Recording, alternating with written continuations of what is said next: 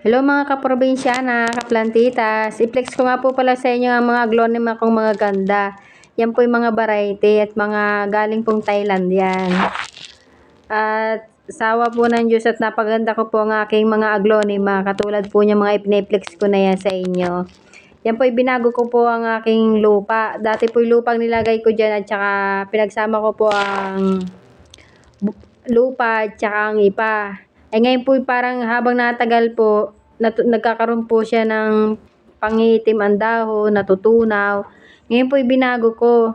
Tinaray ko po siya sa ipa at saka buhangin. At yan nga po ang kinalabasan ng aking mga aglonema. Lumaki at saka tumaba talaga siya. Hindi nabago ang kanyang mga dahon.